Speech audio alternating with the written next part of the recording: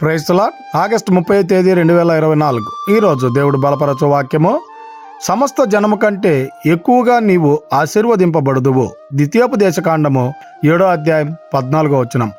ప్రియమైనటువంటి దేవుని బిడ్డలారా, ఈ ఉదయకాల సమయంలో అబ్రహామును ఆశీర్వదించినటువంటి రీతిగా, ఇస్సాకును ఆశీర్వదించినటువంటి రీతిగా, యాకోబును ఆశీర్వదించినటువంటి రీతిగా, యోసేపును ఆశీర్వదించినటువంటి రీతిగా ఈ ఉదయకాల సమయంలో నిన్ను కూడా ఆశీర్వదించడానికి ఆ దేవాది దేవుడు సిద్ధంగా ఉన్నాడు.